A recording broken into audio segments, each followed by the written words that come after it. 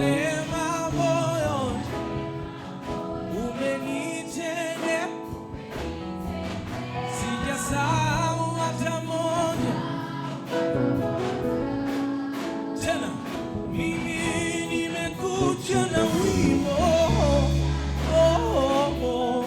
wimbo mpya, wimbo wangu wa moyo wa shukrani kwa yale mambo yote umenitendea, sijasahau hata moja. Inua sasa sauti yako kanisa kwa nguvu sana. Asante.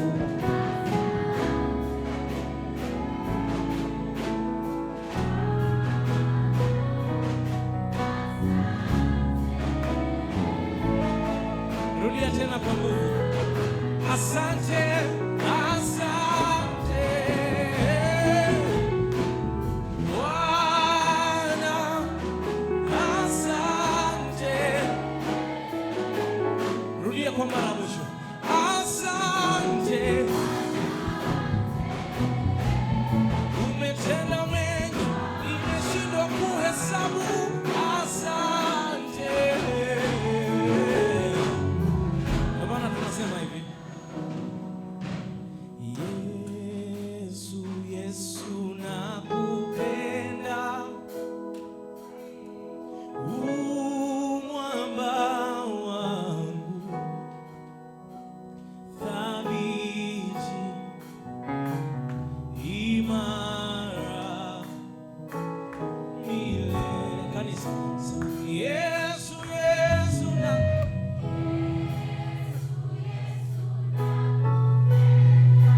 mwamba wangu thabiti,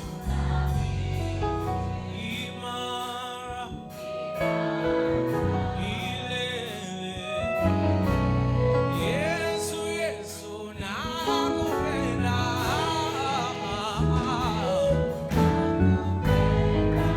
mwamba wangu thabiti.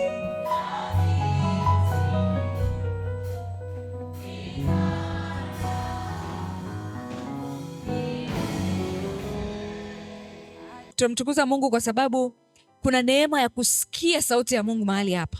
Watu wanamsikia Mungu na wanajua ni sauti ya Mungu. Lakini je, umekuwa na imani thabiti kuamini kile anachosema Mungu kinawezekana? Au umemzuilia Mungu kufanya katika kile alichokuambia kwa sababu ya kukosa kwako imani? Haya ni mambo ambayo tunajitafakari. Kuna vitu ambavyo, kuna siku, unajua ile mwisho wa mwaka kuna zile memes fulani, mtu anasema to buy an iPhone 17, afu anakata, anaandika to buy iPhone cover, anakata pale anasema labda tena sijui to buy car, labda ndio anakata labda to buy car tire. Yani lile ombi la kwanza anakuja kulikata, analiona kama kubwa kubwa sana. Kwa hiyo baada ya kununua iPhone, nitanunua iPhone cover. Yani kwa imani nitakuja kuipata hii. Kumbe imani yako ni ndogo, sio kwamba sijui nini. Unamzuilia Mungu kwa sababu ya kutoamini kwako. Lakini namna ya pili ambayo watu wanamzuilia Mungu ni kwa kufata akili zao na uwezo wao wa kibinadamu, kwa kujitegemea. Kwa kujitegemea. Naomba tusome pale kitabu cha Waamuzi sura ya 7 mstari wa 2. Waamuzi 7 ya 7. Hii ni story ambayo Gideoni alikuwa anaenda kushindana na Wamidiani. Kwa hiyo akawa amejipanga na jeshi la watu 30,000. Bwana Yesu asifiwe. akachukua watu wengi ili akapambana nani? Na Wamidiani. Kwa yeye, kwa akili zake za kibinadamu, akiwa na jeshi kubwa ndio atapata ushindi, kwa sababu sana watu wale wako makomando sijui manini, yani wako vizuri. Sikiliza Mungu alichomwambia Gideoni, mstari wa 2. Bwana akamwambia Gideoni, watu hawa walio pamoja nawe ni wengi mno, hata nikawatie Wamidiani mikononi mwako. Yaani Mungu anasema hii ni vita ya fimbo. Wewe unabeba lile nani linaitwaje, lile tanka sijui linaitwaje. Yaani hii ni fimbo, ni vita ambayo unaweza tu kumpiga mtu kibao, lakini wewe unakuja na mitutu na mitutu na mitutu. Lakini kwa nini Mungu alisema vile? Anasema wasije Israel wakajivuna juu yangu wakisema, mkono wangu mwenyewe ndio ulioniokoa. So imagine Mungu anamkataza Gideoni kwenda na jeshi la watu 30,000. Ukisoma hii sura ya 7, it's very interesting. Unajua watu wangapi walikuja kwenda? Kwenda watu 200, 300. Yaani kutoka 32,000 mwisho wa siku walikuja watu 300 ndio walienda vitani na walishinda ile vita. Sometimes Mungu anakuangalia, anakuona vitu ulivyovibeba vinamzuilia. Utakuja tu kujidai kwamba ni hiyo elimu ilikusaidia, connections zilikusaidia, ukoo wetu ulinisaidia, mimi namjua mtu ile ofisi. Kwa Mungu anataka ushed out, uachilie hivyo vitu ili aweze kufanya. So sometimes kujitegemea wenyewe, kuaminia yale mambo tunayoyabeba, kuaminia kwamba wewe ni mzuri sana utaolewa, kuaminia kwamba mimi kwetu kuna hela sana, biashara zangu zitaenda, sitakuja kosa mtaji, kujiaminia kwamba nina masters, nina PhD, kwa hiyo lazima nipate kazi. Mungu anasema unanizuilia. Mungu anakataa kiburi. Mungu anachukia kujiinua. Kutoka jeshi la watu 32,000 mpaka watu wangapi? 300. Kuna kazi zingine ukitaka kuajiriwa, you don't have to go and brag. I have a PhD in nini, I have a what. Pale wameandika minimum qualification diploma. Yani minimum qualification ya hiyo kazi ni diploma. Wewe unaenda unaanza kubrag. I'm telling you, sometimes overqualification is a disqualification. Bwana Yesu asifiwe. Sometimes you can be too qualified for the job. Usimzuilie Mungu kwa kujitegemea na kujiona bora kwa yale mambo ambayo unayamiliki au unayaona au umeyashikilia. Haleluya. Lakini aina ya tatu au namna gani nyingine ya tatu ambayo inatufanya tumzuilie Mungu ni hofu.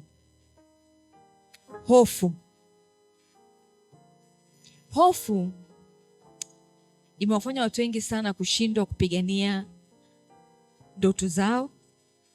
Hofu imefanya watu wengi washindwe kuchukua hatua. Hofu imefanya watu wengi sana wakae hapo hapo walipo. Na Mungu hafanyagi kazi na watu wenye hofu. Anasema hatujaombiwa roho ya uoga, bali roho ya nini? Ya ujasiri. Hesabu 13. Kitabu cha Hesabu 13 tunaona kuna wapelelezi walitumwa kwenda kupeleleza mji. Wapelelezi walivyoenda, kuna wale 10 ambao walirudi na ripoti mbaya. Wakasema haiwezekani. Yaani kule hatuwezi. Yaani sisi, yaani tuko chini. Ukikompea na vile hatuwezi. Ile hofu inawarudisha nyuma. Imagine kama taifa zima ligawasikiliza wale. Tusingekuwa na story ya Kanaani unajua. si ndio?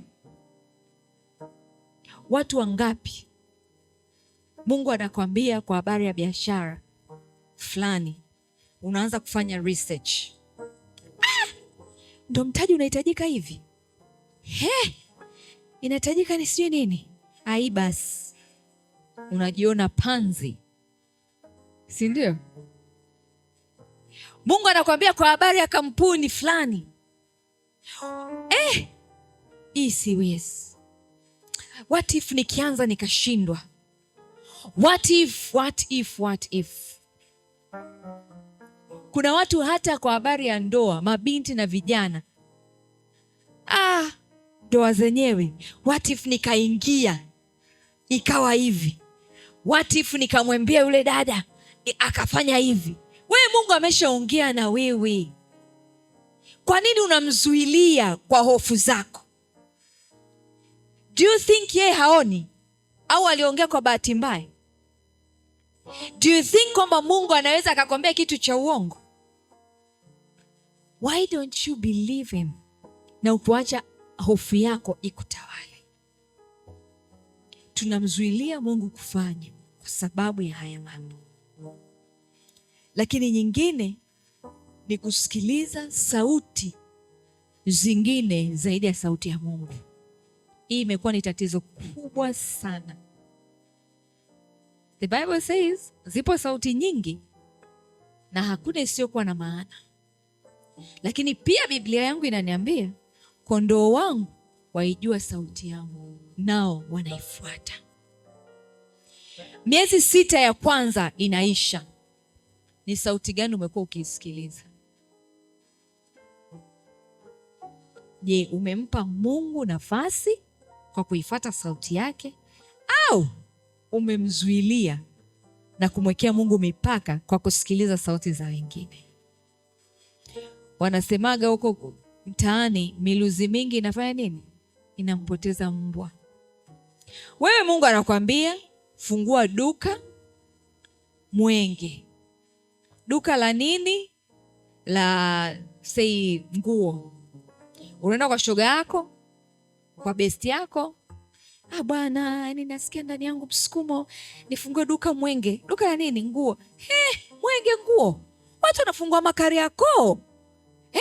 Watu wanafungua Makariakoo huko, watu ndo nini kweli? Unarudi, ngoja tu nikafungue Kariakoo au nikafungue sijui sehemu gani. Sauti gani unaisikiliza? I want to apply, nisome kitu fulani. Hiyo kozi hailipi, hailipagi, utapata sana shida kupata kazi. Hiyo kozi haina watu wenye kazi? Wapo. Kwa nini katika wale waliopata kazi na wewe usije ukaingia kwenye hilo grupu? Unasikiliza sauti za nani? Unasikiliza sauti ya mzazi? Unasikiliza sauti ya spouse, mume au mke? Unasikiliza sauti ya nani katika maisha yako?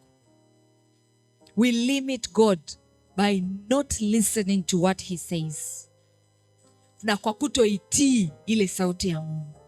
Bwana Yesu asifiwe. Bwana Yesu asifiwe sana. Yamkini umekuwa ukimzuilia Mungu kwa sababu hujawahi kumwelewa Mungu vizuri. Sometimes people think they know God but they don't really know God, or they don't know about God.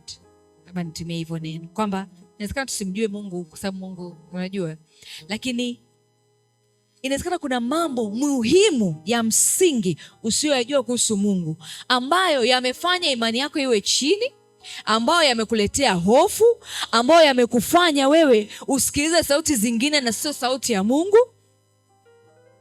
Sasa nataka nikupe mambo machache ambayo ni kuonyeshe huyu Mungu anaposema ni kwa nini umsikilize. Bwana Yesu asifiwe. Jambo la kwanza, Mungu ni Mungu mwenye uweza na uweza wake hauna mwisho. Mungu ni Mungu mwenye uweza na uweza wake hauna mwisho. Ukisoma kitabu cha Yeremia 32:17, Yeremia sura ile ya 32, haleluya, Yeremia 32 na mstari ule wa 17, Anasema, Bwana Mungu, tazama, wewe umeziumba mbingu na nchi kwa uweza wako mkuu na kwa mkono wako ulionyooshwa. Hapana neno lililo gumu usiloliweza. Uweza wa Mungu ni mkuu mno. Kama aliumba ulimwengu kwa neno lake, atashindwa kufanya nini? Recently nilikuwa nimesafiri. Sasa sehemu tulioenda, of course it meant watoto walikuwa wanafanya, lakini nikapata na mimi nafasi ya kufanya. Ni zile unaingia kufanya zile jenzi watanisaidia inaitwaje?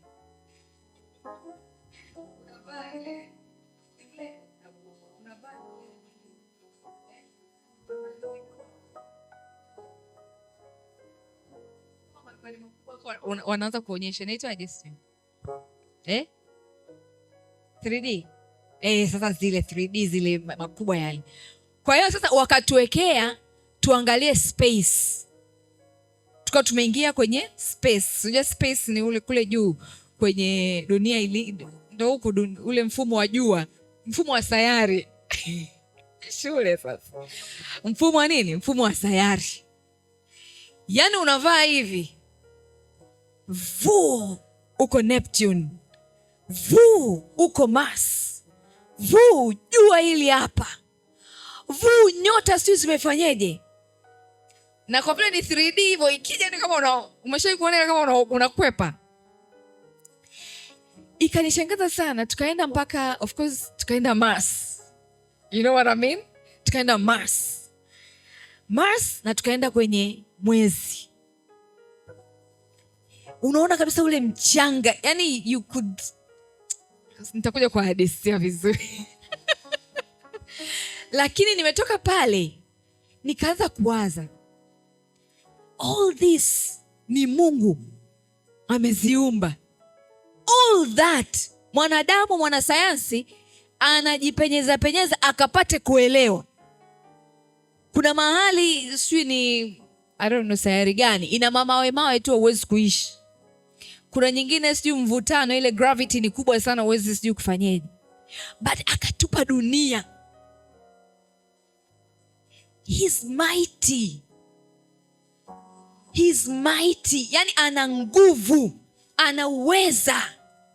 Kwa nini usimwamini kwa hilo jambo lako? Bwana Yesu asifiwe. Think of it. Yani mtu anafanya anatengeneza ulimwengu. Mtu ambaye ana mamlaka juu ya kila kiumbe. Ana mamlaka juu ya kila kitu, juu na chini. Kwa nini usimpe imani yako? Bwana Yesu asifiwe. Bwana Yesu asifiwe. Jambo la pili ambalo natamani kukuambia kuhusu Mungu. Mungu hufanya yasiyowezekana yawezekane. Hufanya yasiyowezekana yawezekane. Kuna mambo yanaonekana kama hayawezekaniki kwa jicho la kibinadamu. Mwanzo 18 tunaona habari ya Abraham na Sarah kupokea ahadi ya mtoto. Now we all know by that time walikuwa ni watu wazima wazee. Yeah? Walikuwa ni watu wazima wazee.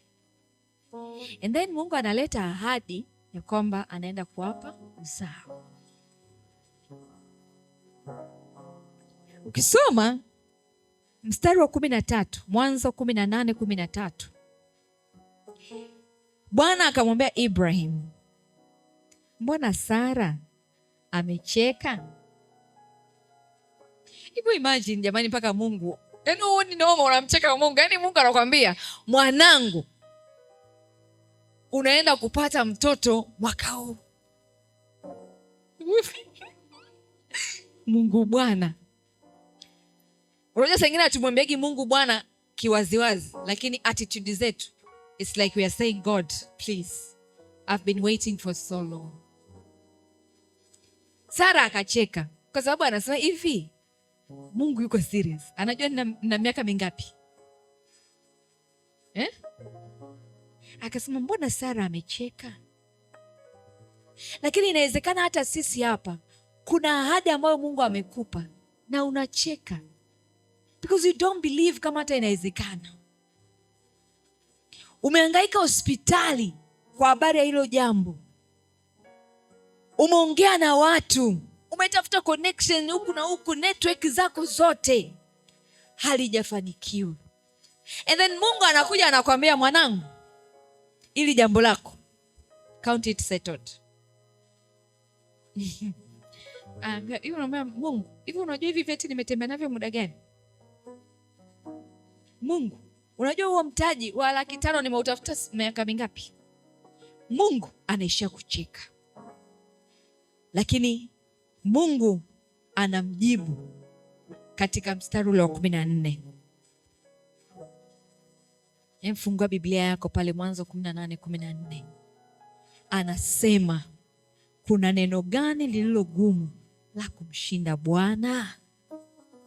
Kuna neno gani lililo gumu la kumshinda Bwana?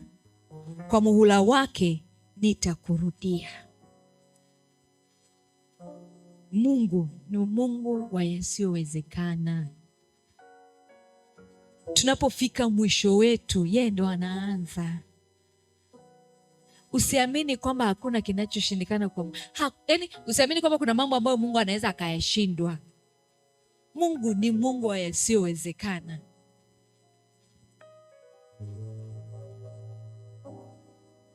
Bwana Yesu asifiwe. Sara alipata mtoto akiwa mzee. The other day I saw a lady ana miaka 64, 65, kapata mapacha.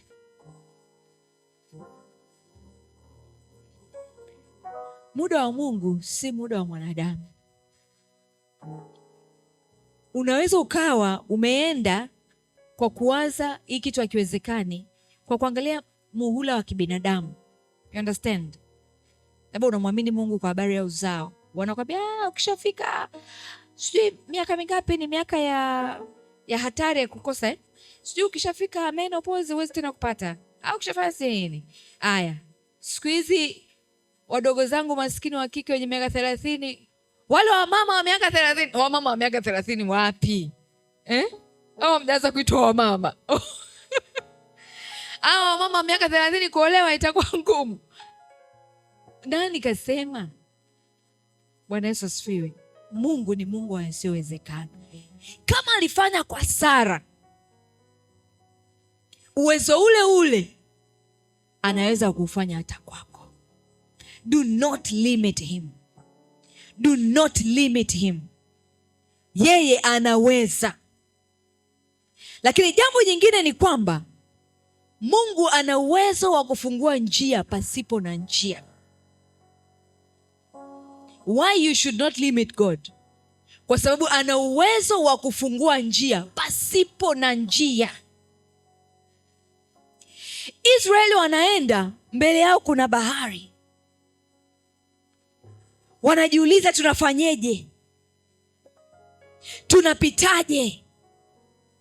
Lakini Mungu akasema don't worry. Haya mambo yangu haya. Unajua? Haya ni mambo yangu. Akapasua, wakaenda.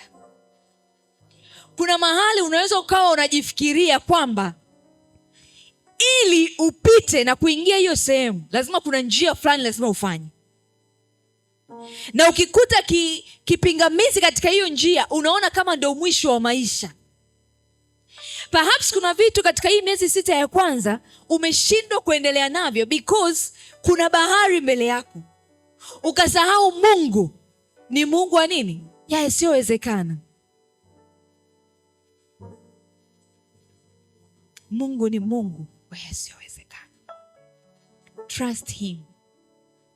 Don't limit him. Usiangalie historia yako. Usiangalie elimu yako. Usiangalie patterns za kwenye familia yako. Sawa, wao ilikuwaga hivyo, kwa nini na wewe lazima iwe hivyo? Trust him. Bwana Yesu asifiwe. Lakini jambo la mwisho, kwa nini umwamini Mungu? Kwa sababu Mungu huzishinda sheria za asili, au he defies the natural law. He breaks natural protocols. He breaks natural protocols.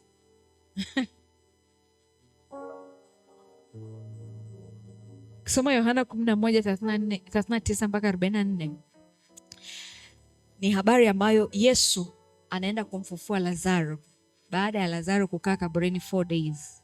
Who does that? Who does that?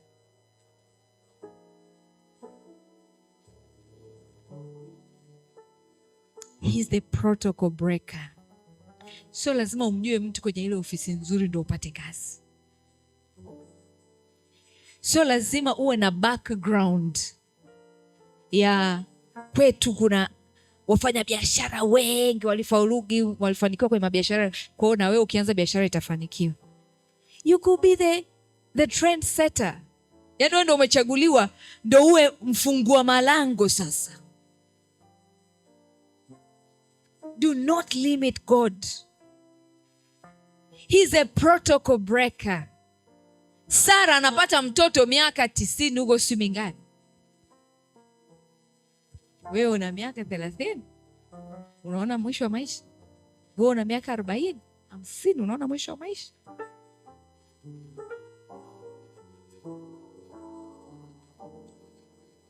Everything ni cha kwake. Yaani kila kilichopo hapa duniani, ulimwenguni ni cha kwake.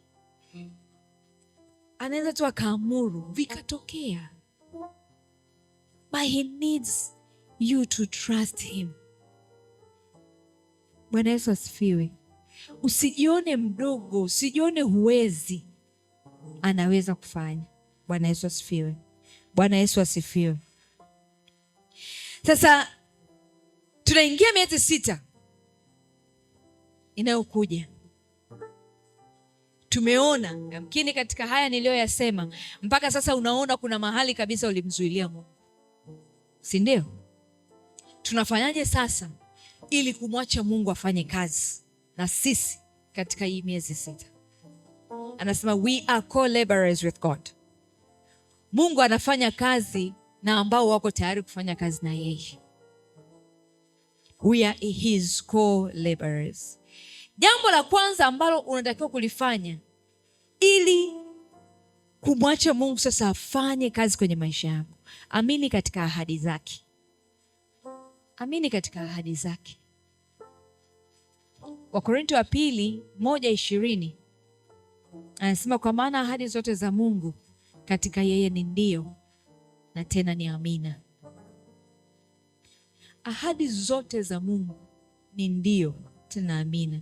Amina maana yake nini? Imekuwa hivyo. Whatever that he has promised, that he will do. Anasema mimi si mwanadamu mpaka niseme uongo. Amini katika ahadi za Mungu. Ahadi za Mungu hazibadiliki. Malaki 3:6 anasema mimi Bwana sibadiliki. Neno la Mungu halibadiliki. Ahadi zake hazibadiliki. Ahadi za Mungu hazishindwi. Anachoahidi ndicho kinachofanyika. Ahadi za Mungu zimefungamana na majira. Kwa ni lazima pia upate neema ya kutambua majira na nyakati. Bwana Yesu asifiwe. Bwana Yesu asifiwe. Kwa ni lazima ujue kwamba ahadi za Mungu ni kweli na amina. Tafuta ahadi za Mungu kwenye hilo jambo uliomwamini kwalo, ili tunapoanza katika second half of the year tusimlimit Mungu. We know kabisa ahadi ni hizi na unaziweka ndani ya moyo wako ukiziamini. Bwana Yesu asifiwe. Lakini jambo la pili, kuwa mtu wa maombi. I cannot emphasize enough on this. Kuwa mtu wa maombi. It's in a place of prayer that God speaks to his people. Ni sehemu ya maombi ambapo Mungu anaongea na watu wake. Utamsikia Mungu wapi? Huna utulivu wa maombi. Unaamka unakurupuka, unaenda. You don't get time to pray. You don't get time to meditate. You don't get time to listen to God. Anasema saa ngapi? Unamzuilia kwa sababu huwezi kuisikia sauti yake. Huwezi kusikia instructions zake. Huwezi kusikia anapokupa maelekezo, sababu huna muda wa kukaa naye. Hebu hii miezi 6 inayokuja, kusudia ndani ya moyo wako kwamba mimi nitakuwa mtu wa maombi. Naongeza muda. Wewe kwa tunaomba dakika 5. Yaani wewe kila siku ni hizo 5. Yaani 1 hour. Siku ukibatika kuomba 1 hour, ni siku ya Jumatano ya maombi, umepata bando, umeingia, ndio utaomba 1 hour. Ila bila hivyo hauna. Amua kutengeneza madhabahu binafsi ya maombi. It's good to have a corporate altar kama hivi tunavyokutana tunaomba pamoja, si ndio? Lakini ni njema zaidi ukijenga mahusiano binafsi na Mungu. Bwana Yesu asifiwe. Bwana Yesu asifiwe. Jambo la 3, surrender yourself to God. Jisalimishe tu na kujiachilia kwa Mungu. Mithali 3 mstari wa 5 na 6 anasema, mtumaini Bwana kwa moyo wako wote. Yaani wewe mtumaini Bwana kwa moyo wako wote. Usizitegemee akili zako mwenyewe. Usizitegemee akili zako mwenyewe. Anamsema mkiri yeye katika njia zako zote. Nilisema pale, tunamzuiliaje Mungu? Kwa kufuata akili zetu, matakwa yetu, connections zetu tulizonazo na watu. But God is looking for a total surrender. Tunapoimbaga pale, I surrender all to you, everything I give to you, withholding nothing, withholding nothing. I surrender all to you,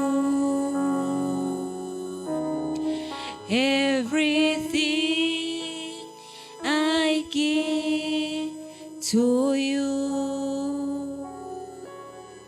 withholding nothing, withholding nothing. Are you really withholding nothing? Are you really withholding nothing?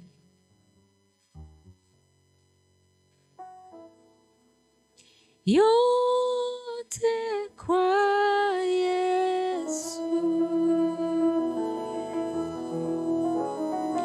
yote kwa Yesu,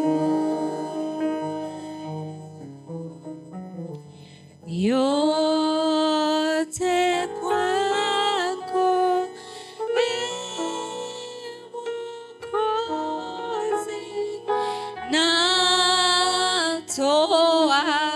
sasa, yote kwa Yesu,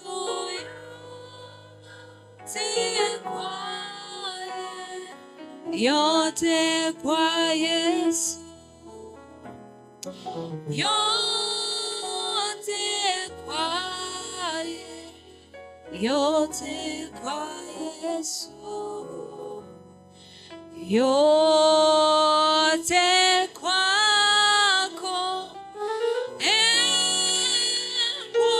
Mwokozi, natoa sasa.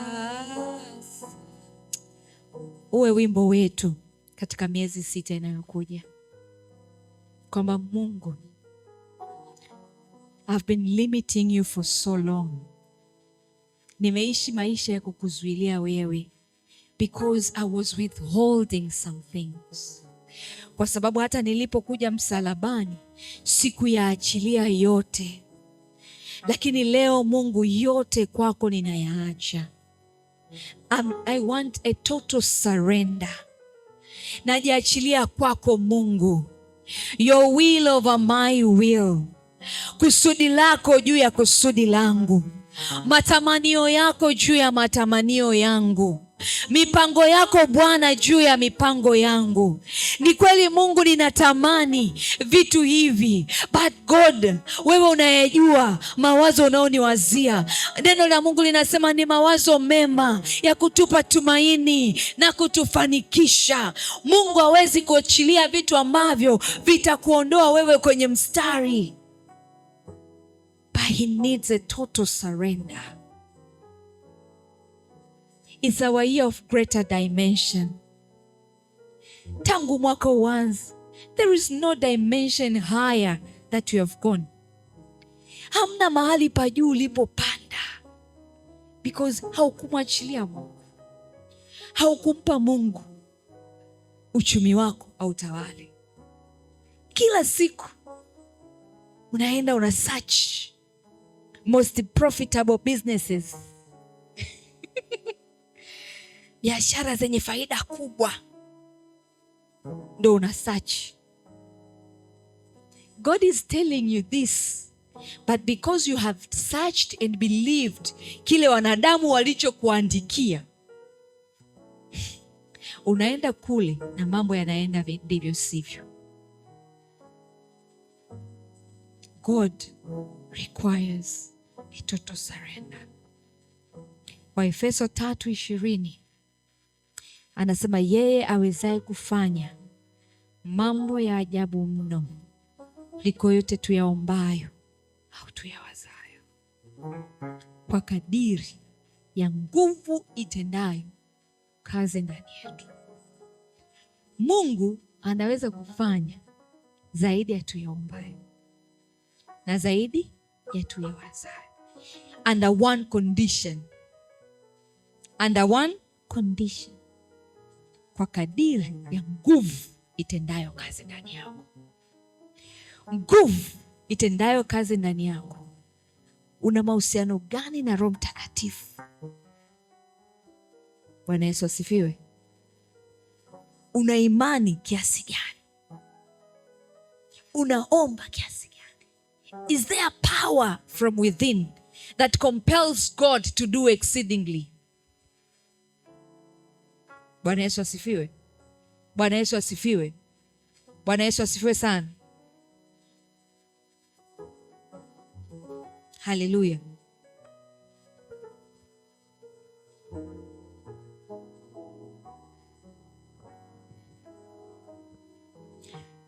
Ninapomaliza, Mungu wetu anaweza kufanya zaidi ya tunavyofikiri.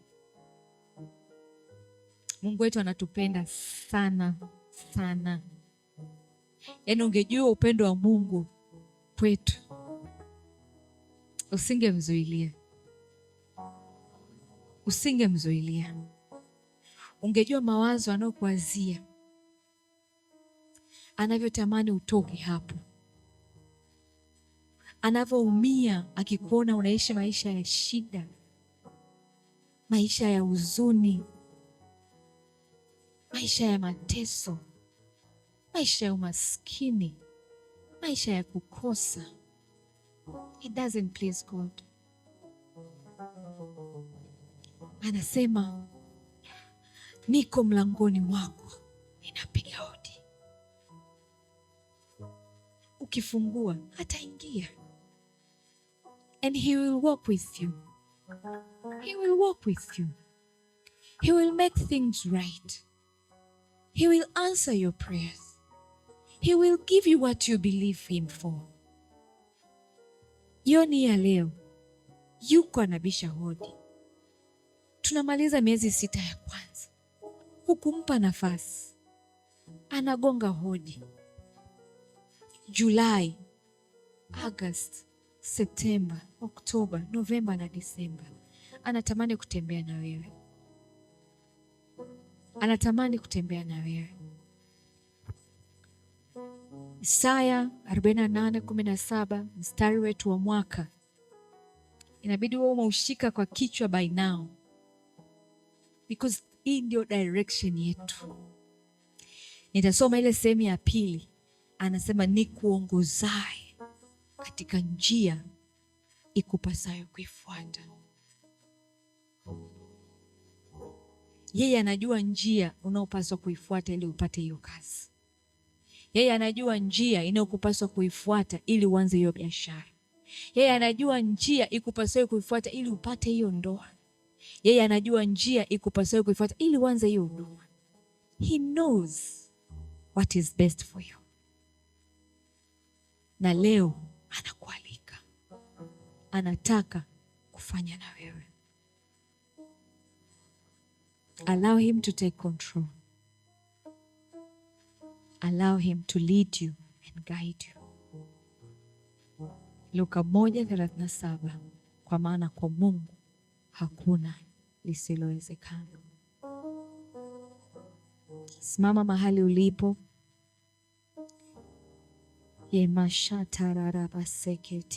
Yemashatararabaseketiamandelebosataya jilebosantereremosandelebolkadiamanda zetelia moseteriboshatararababayakalebosetea. Naamini Bwana amesema na mtu mmoja kwenye eneo fulani. Nataka uende mbele za Mungu, mwambie Mungu, ninaomba rehema kama kuna mahali nilikuzuilia. Mwambie kwa kukosa kwangu imani, kwa kutegemea akili zangu na uweza wangu, kwa kusikiliza sauti za watu wengine, kwa namna yoyote ambayo nilifanya Bwana ikakuzuilia kutenda miujiza kwenye maisha yangu. Mwambie Mungu, ninaomba rehema. Zelebosata ya mandererebo sikataya jeleboka diamande rekatele bosi tererebo boyana. Father, in the mighty name of Jesus, oh God, asante kwa ajili ya neno ambalo umelitoa na kulituma kwa watoto wako jioni ya leo, ya kwamba Mungu, kumbe kuna mahali tumekuwa tukikuzuilia wewe, iwe ni kwa kujua au kwa kutokujua, na ndio maana kuna miujiza hatujayaona katika maisha yetu, ndio kuna maendeleo hatujayaona katika maisha yetu. Bwana, mashelebo kadiamanda yeketelia bosike rekata jelebo santa yabazekete. Mungu, ninaomba rehema kwa ajili yangu na kwa ajili ya watoto wako Bwana. Mahali ambapo imani zetu zilikuwa ndogo sana, mahali ambapo tulikuwa na mashaka, mahali ambapo tulienda kwa kusitasita, mahali ambapo hatukuamini katika uwezo wako wa kufanya, maana ndoto iliyoachilia ndani yetu ilikuwa kubwa sana, mahali ambapo tuliaminia akili zetu na uweza wetu. Baba, mahali popote ambapo hatukukuruhusu wewe ufanye, ninaomba Mungu rehema jioni ya leo. Yamkini Mungu hasira yako iliwaka, yamkini Mungu ghadhabu yako ikawaka, ukatuzuilia Bwana. Jioni ya leo tumetambua ni wapi tulikosea Bwana, na ninaomba rehema in the mighty name of Jesus. Na Mungu wangu na Baba yangu, hebu mpe Mungu ahadi yako jioni ya leo, ya kwamba Bwana, nimeamua kusurrender plan zangu zote za miezi 6 ijayo. Mwambie Mungu, I surrender my plans, I surrender my goals, your will over my will, oh God. Nifinyange vile utokavyo Bwana, nionyeshe ile njia ninayopaswa kuiendea Bwana. Ikamande lebo sataraba yaka Baba, katika jina la Yesu Kristo. Mungu, ni kweli miezi 6 ya kwanza imeisha, lakini umetupa neema katika miezi 6 ijayo. Father, as we sing that song, I surrender myself to you, withholding nothing. Ndicho tunachofanya jioni ya leo. Baba, tunajiachilia kwako. Baba, tunaachilia biashara zetu kwako. Baba, tunaachilia kazi zetu kwako. Baba, tunaachilia masomo yetu kwako. Baba, tunaachilia huduma zetu kwako. Baba, tunaachilia familia, tunaachilia watoto, tunaachilia ndoa. Mungu, hatujui zaidi ya ujuavyo, hatuna uwezo zaidi ya ulio nao Bwana, na ndio maana tunakuja yekaria masata yabosete lebosi amanda yabasaka. We surrender our plans unto you, O God. We surrender our will unto you, O oh God. We surrender our goals unto you, my Lord, my God. Sheketelia basande rebosa. Yekarama babayande rebosikete. Jele de kadile montaya. Zatataya bosika. Reshande rebosaya mandara bababaya kariamasai. We surrender ourselves, oh God. We're nothing without you, my Lord, my God. Wewe unajua mawazo unaotuwazia Bwana. Wewe uliyetutambua kabla ya kuumbwa kwa misingi ya ulimwengu. Kabla hatujawekwa kwenye matumbo ya mama zetu ulitujua Bwana. Uliiweka maisha yetu na ramani yetu mbele. We may think we know best, but you, God, know the best for us. Baba, we surrender ourselves. Mipango yetu juu ya uchumi, mipango yetu juu ya ndoa na mahusiano, mipango yetu juu ya kazi, juu ya biashara, mipango yetu juu ya huduma, juu ya afya na maeneo mbalimbali. Baba, tunaileta mikononi mwako kwenye kiti chako cha enzi jioni ya leo. Tuhudumie Bwana. Take control, oh God. In Jesus' mighty name we pray. Amen and amen. Hallelujah. Ukiwa katika hali hiyo ya kuomba, nataka tuingie kwenye maombi yetu pia. Kuna mambo mengi ambayo Mungu amekufanyia katika miezi 6 ya kwanza. Nataka utumie dakika 2 mwambie Mungu asante. Mwambie Mungu asante. Yako mengi ambayo ameyafanya kwako. Wewe kuwa hai. Sikiliza ushuhuda wa Betty. Anasema ajali 3 ndani ya siku 2. Kama isingekuwa mkono wa Mungu, ingekuwa ni habari nyingine. Lakini huyo ni mtu mmoja ambaye alikuja hapa kusema tangu Januari mpaka sasa unapanda mabasi, unapanda matreni, unapanda ndege, magari, pikipiki, but God has kept you safe. Unasoma, Mungu kakupa uwezesho, unakaribia kumaliza, unakaribia kuvuka mwaka. Ndoa yako, watu wanalia mandoa huko squeeze, lakini ndoa yako ina amani, ina furaha. Mwambie Mungu asante. Kwa dakika 1 kumbuka yale mema ambayo Mungu amekutendea. Baba, tunakuja mbele zako Bwana. Tunasema asante kwa wema na fadhili zako ambao umetutendea Jehova. Asante kwa sababu wewe ni Mungu uliye mwema, Mungu mwenye baraka, Mungu mwaminifu. Asante kwa kila zawadi ambayo Mungu umetupatia katika miezi 6 hii ya kwanza. Baba, asante kwa ajili ya zawadi ya uhai, ulinzi na afya njema ambayo umetupa Bwana.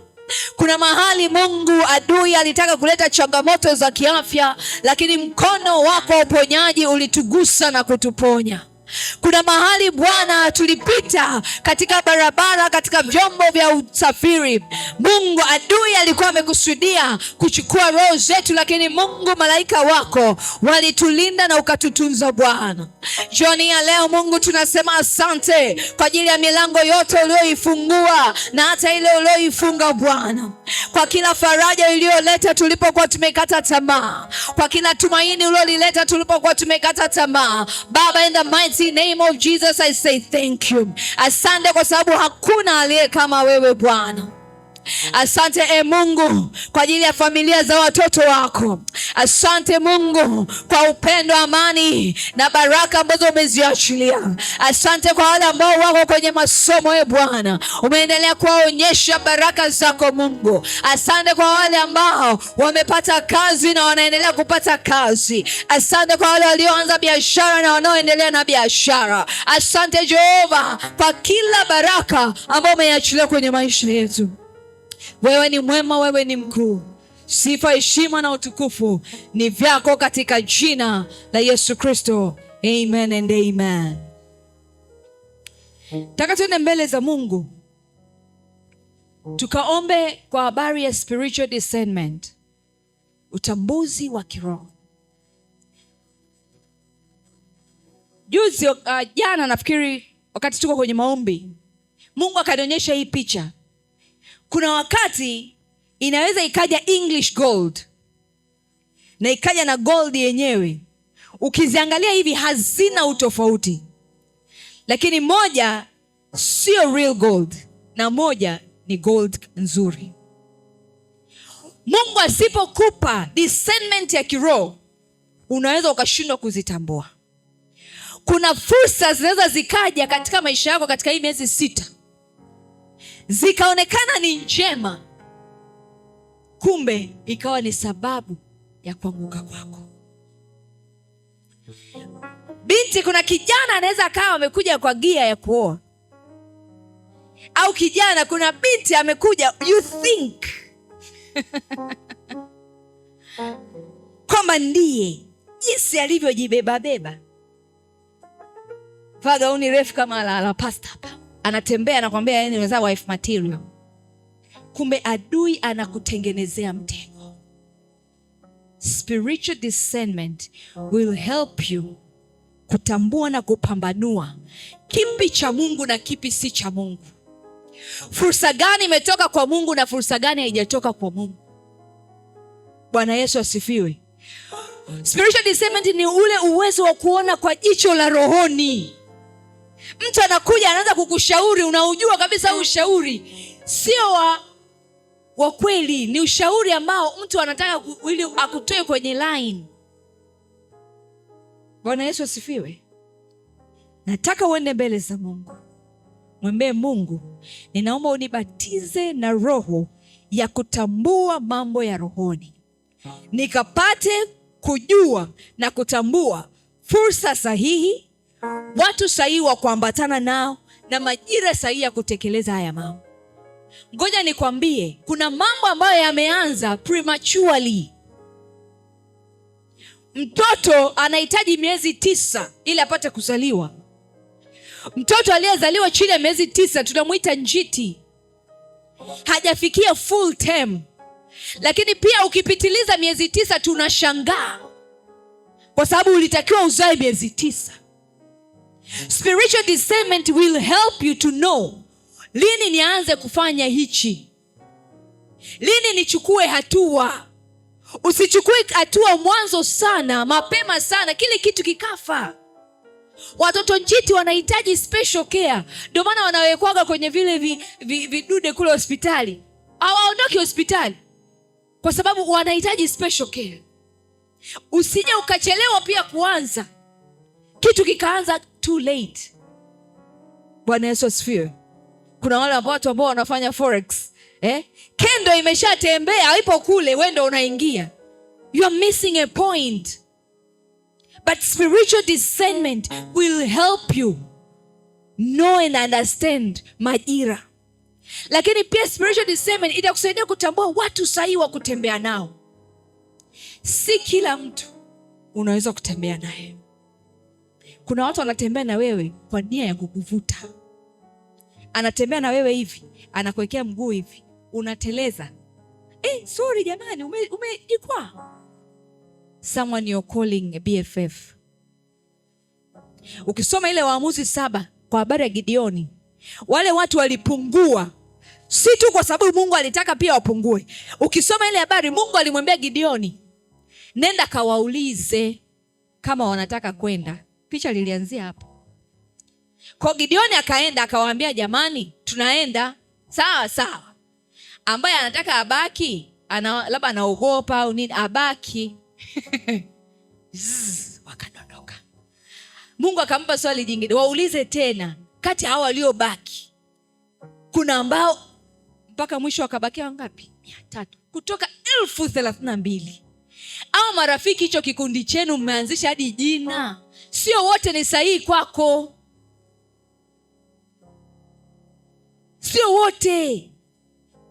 Unao marafiki wa kiroho, mwambie Mungu, fungua macho yangu jioni ya leo. Miezi 6 isiwe miezi ya hasara. Kama kuna luba anayeninyonya, atoke. It's okay to lose people kama ni mpango wa Mungu.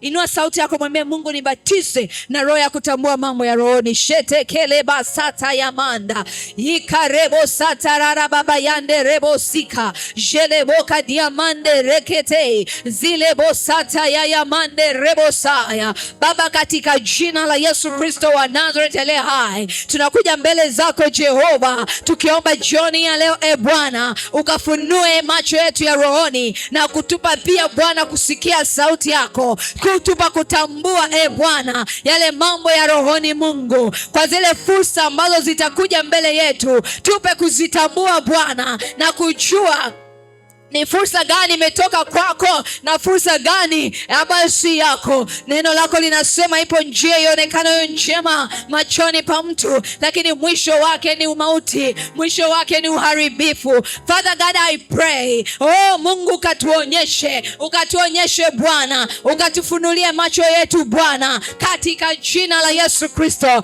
Baba, tunaomba hata kwa ajili ya timing ya kufanya yale mambo yetu, katika jina la Yesu Kristo wa Nazareth aliye hai. Ninajua Mungu, neno lako linasema kwa kila kitu chini ya jua ziko majira, yako majira na nyakati. Baba, kuna majira na nyakati ya watoto wako kuanza hizo biashara, iko majira na nyakati watoto wako kuingia kwenye hizo ndoa, yako majira na nyakati watoto wako kupata hizo kazi, yako majira na nyakati kwanza hizo huduma, yako majira na nyakati kusafiri kwenda kwenye zile nchi. Lakini Bwana, kama hatuna roho ya kutambua hayo mambo, Baba, tunaweza tukatembea katika majira na nyakati ambayo sio sahihi. Jehova, in the mighty name of Jesus, ninaomba hiyo neema ya kutambua majira na nyakati sahihi ikaachiliwe katika jina la Yesu. Hiyo neema ya kutambua majira na nyakati sahihi ikaachiliwe katika jina la Yesu. Ninafunga lango la premature projects, ninafunga lango la premature. Baba, hatutaanza vitu kabla ya wakati, wala hatutaanza vitu baada ya wakati, kama ambavyo wewe Bwana, in the right time you make things happen. Baba, na sisi pia kwa ile neema ya kuanza vitu kwa wakati sahihi imeachiliwa juu yetu katika jina la Yesu Kristo Nazareth aliye hai. Baba yangu na Mungu wangu, in the mighty name of Jesus. Umesema Bwana, there is power of association, power of association. Baba, kuna watu ambao umewaandaa kutembea na sisi, na si kila mmoja anaweza kwenda na sisi. Gideoni akawa na jeshi la watu 32, 32,000 wako pale, alijua wako pamoja.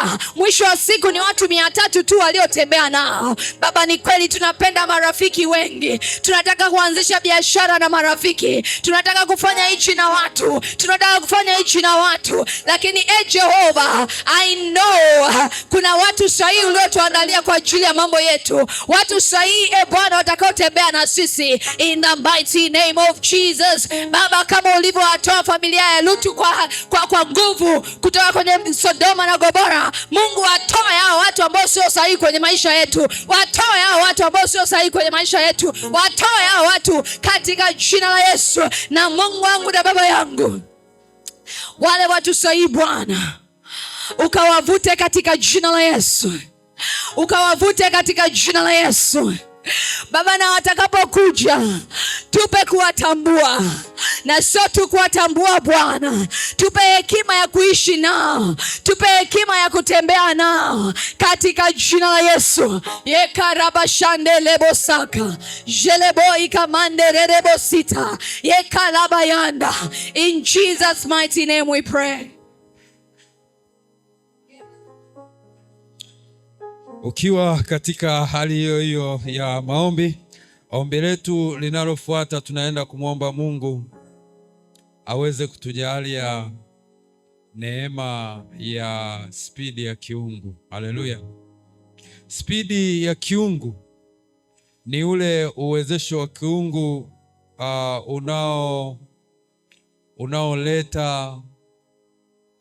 unaoleta yale mambo ambayo tunatamani Mungu atufanyie kwa wakati. Haleluya. Kwa hiyo ni ile nguvu ya Mungu, ni ule uwezesho, au tunaweza tukasema nguvu ya Mungu inayoleta maendeleo au inayotuwezesha sisi kupiga hatua au kukusaidia wewe kufanya mambo yako kwa wakati sawasawa na mapenzi ya Mungu. Lakini nguvu au hii tunasema spidi ya kiungu, hii inaweza ikawa ni hekima kubwa, kwamba Mungu anakupatia hekima ya kufanya mambo kwa wakati na kukamilisha mambo kwa wakati. Haleluya.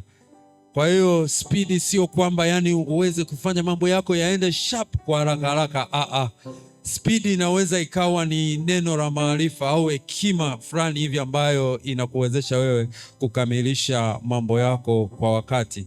Lakini pia tunaposema spidi ya kiungu, inaweza ikawa ni nguvu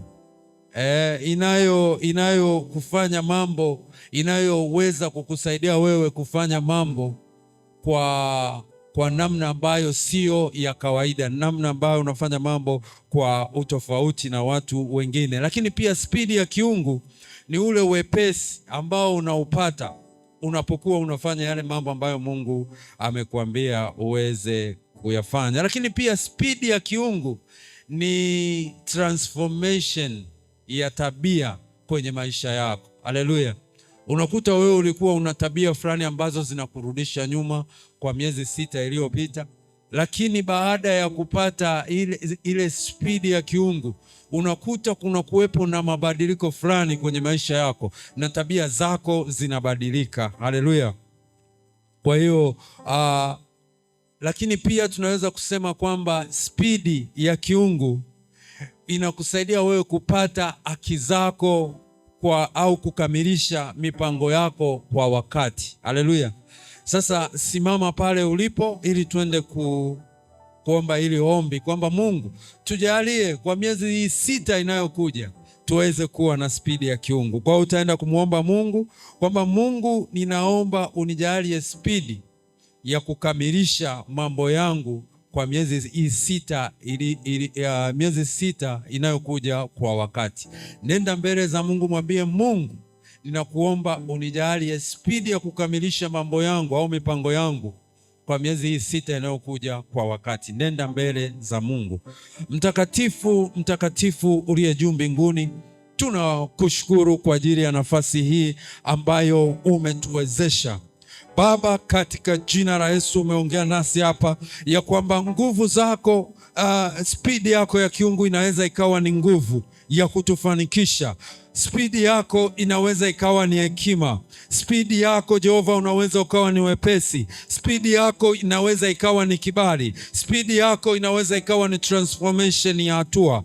Baba, katika jina la Yesu Kristo wa Nazareti, tunaomba Jehova ukatujalie spidi, ukatujalie spidi yako Jehova, ili yale mambo ambayo tunatamani yaweze kukamilika kwa miezi 6 inayokuja yaweze kukamilika kwa wakati. Baba, labda ni kwenye mahusiano yetu yaweze kukamilika kwa wakati.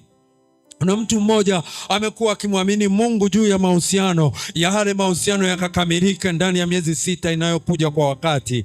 Baba, katika jina la Yesu, kuna mtu mmoja anatamani aanze biashara au anafanya biashara, lakini spidi anayoenda nayo sio hili ambayo anaitamani. Baba, mjalie spidi ya kufanya mambo, ya kufanya hiyo biashara iweze kufanikiwa kwa wakati. Baba, kuna mtu mmoja hapa ambaye Bwana umempatia kusudi fulani, umempatia maono fulani, lakini vile ambavyo yale maono yanaenda kukamilika hayakamiliki kama ambavyo angetamani. Baba, mpatie hiyo hekima. Baba, mpatie hao marafiki. Baba, mpatie hizo connection. Baba, mpatie neno la maarifa. Baba, mpatie spidi yako Jehova aweze kuvuka. Kuna mtu Jehova, watoto wake nyumbani wamekuwa ni watoto ambao ni wasumbufu, sio watoto watiifu, hawafanyi vizuri kwenye masomo. familia yake imekuwa ni vurugu vurugu, imekuwa ni zigizaga. Baba, katika jina la Yesu tunaomba spidi kwenye familia zetu, tunaomba usikivu kwa watoto wetu, tunaomba usikivu kwa ndugu na jamaa zetu.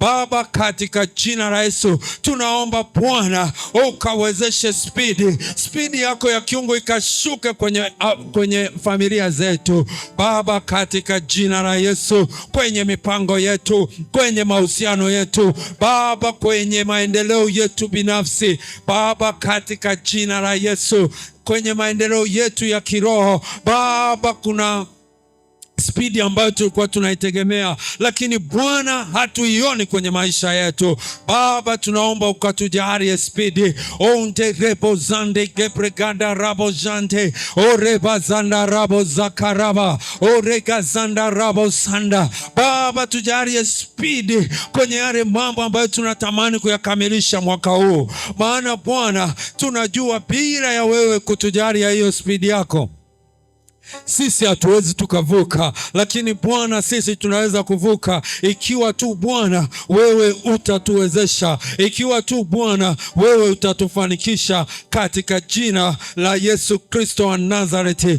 Baba, tunakushukuru kwa maana spidi yako inaenda kuambatana nasi. Baba, tunakushukuru kwa ajili ya kibali ambacho unatupatia. Tunakushukuru kwa ajili ya transformation ya kitabia na kimitizamo. Tunakushukuru kwa ajili ya wepesi, tunakushukuru kwa ajili ya nguvu zako, tunakushukuru kwa ajili ya hekima. Baba, asante kwa maana spidi yako ambayo ni ya kiungu itaambatana nasi Bwana, mambo yetu yanaenda kutimia kwa miezi hii 6 inayokuja. Haijalishi tumetokaje toka mwaka umeanza mpaka leo, bali Bwana, miezi 6 inayokuja itaenda kuwa ni kitambulisho chetu, na mwezi wa 12 tutasimama hapa tukikushangilia wewe, tukikutukuza wewe, kwa sababu Bwana spidi yako itaambatana nasi Bwana, tunaenda kufanya mambo kwa utofauti na kwa uweza wa hali ya juu ambao sio kama watu wengine. Katika jina la Yesu tunaomba na kuamini. Tukiwa kwenye uwepo huo wa maombi, tunaenda kuomba juu ya ulinzi wa kiungu, lakini pia katika kuomba ulinzi wa kiungu tutaenda kuvunja na kuharibu mipango yote ya adui. Na hapa tutasimamia neno la Mungu katika kitabu cha Luka sura ya 10 mstari wa 19 na Isaya sura ya 54 mstari wa 17. Kwa hiyo utaenda mbele za Mungu, utaenda kuvunja na kuharibu kila silaha, mipango ya giza. Nadhani hii tutaenda kuomba ombi moja. Simama pale ulipo, twende kuvunja na kuharibu, kikiwa chini ya mwamvuri wako, kikiwa chini ya uatamio wako. Hakuna kitu kinachoweza kwenda kinyume nawe. Orako zakanama gande geprega. Baba, tunasema asante kwa maana Bwana utaenda kutulinda sisi, utaenda kulinda familia zetu, utaenda kulinda ndoa zetu, utaenda kulinda kazi zetu, utaenda kulinda biashara zetu, utaenda kulinda watoto wetu, utaenda kulinda familia zetu, utaenda kulinda waume zetu, utaenda kulinda wake zetu, utaenda kulinda familia zetu na ndugu zetu na jamaa zetu. Baba, baraka zako kwa kuwa wewe unatulinda zitaambatana nasi katika jina la Yesu Kristo. Amen. Basi ombi letu la mwisho, ninaamini kila mmoja analo ombi binafsi analotaka kulisukuma mbele ya Mungu. Hebu tumia muda huu, sema na Roho Mtakatifu, mwombe Mungu, jambo hili ninakuamini wewe, usipoingilia kati Bwana sitaweza. Hilo jambo moja, shetekele basanta ya mande. Hebu mnongoneze Mungu hilo jambo moja. Ikala basande rebo busikarara baba yandere busa. Shele bahada la monte le busikarara baba shande. Ikala la bayande rebo satarara baba.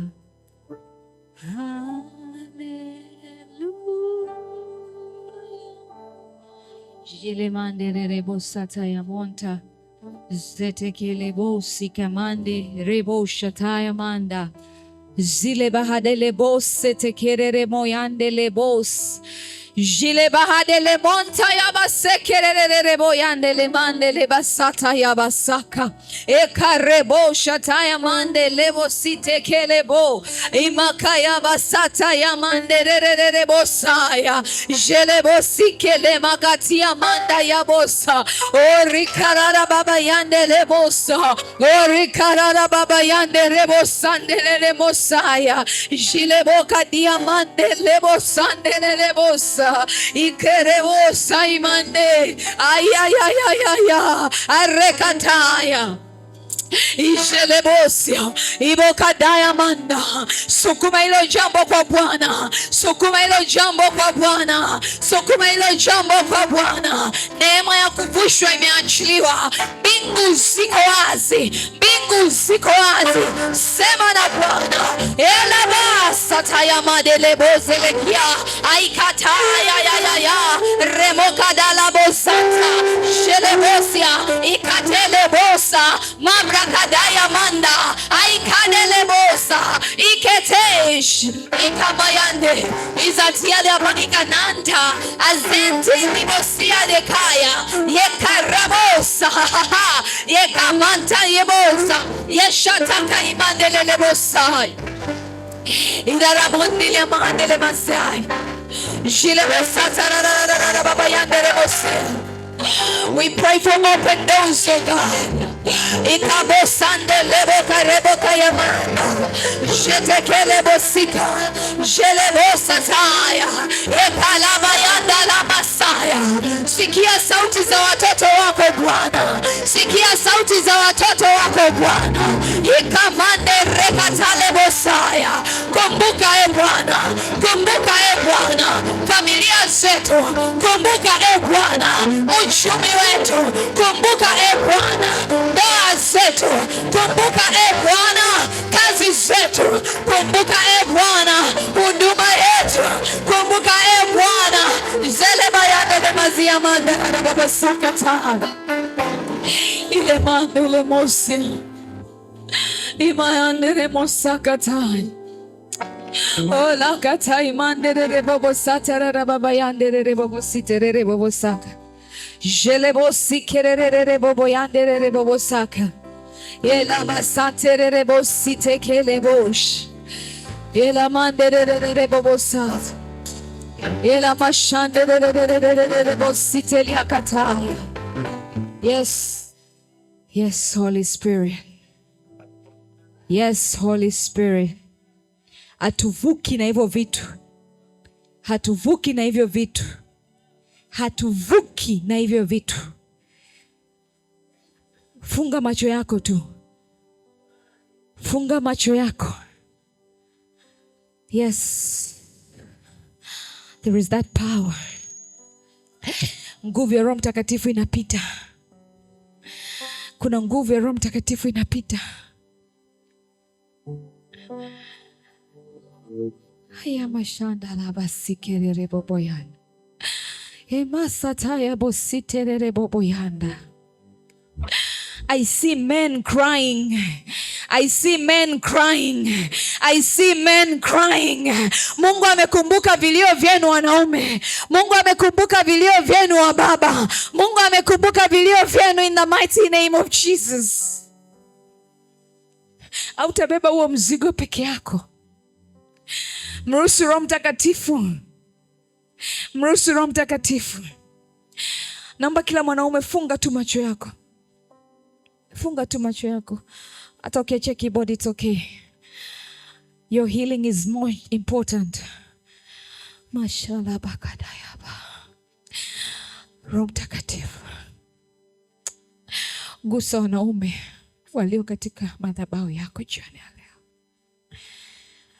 Wanashindwa kulia kwa sauti. Wanajizuia.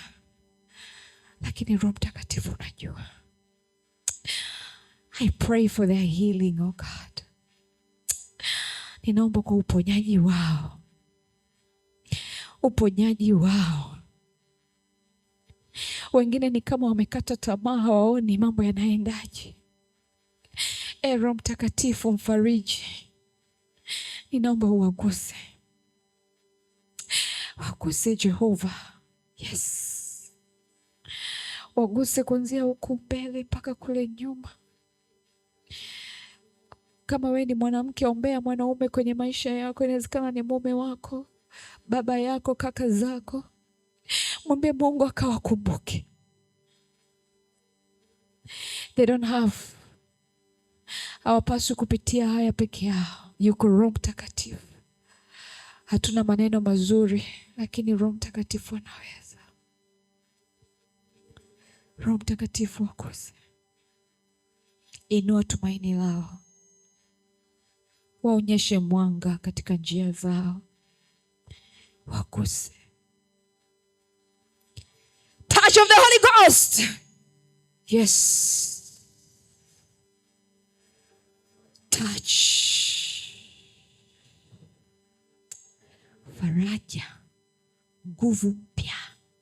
Miezi 6 haitakuwa na uzito kwako katika jina la Yesu. Miezi 6 Aisha takalaba yande. Yes, Lord. Thank you for the men in our lives. Thank you for the men in this ministry. Ninaona watu wanatolewa mizigo kwenye mabega yao. Ninaona Mungu anatoa mizigo kwenye mabega yao. Ninaona Mungu anatoa mizigo mashata kayabosa. I pray for firstborn sons. I pray for every son ambaye amebeba majukumu ya familia. Baba, give them strength. Baba, give them strength in the mighty name of Jesus.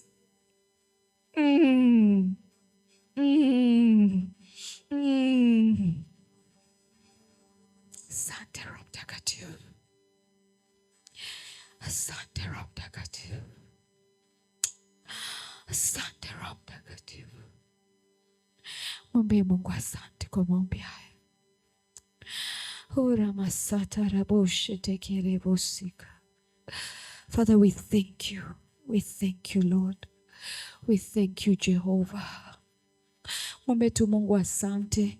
Unaporejea kwenye kiti chako, mwambie Mungu asante kwa maombi tuliyoyaomba Bwana. Ninakupenda. Ninakupenda Jehova. Ninakupenda Mfalme.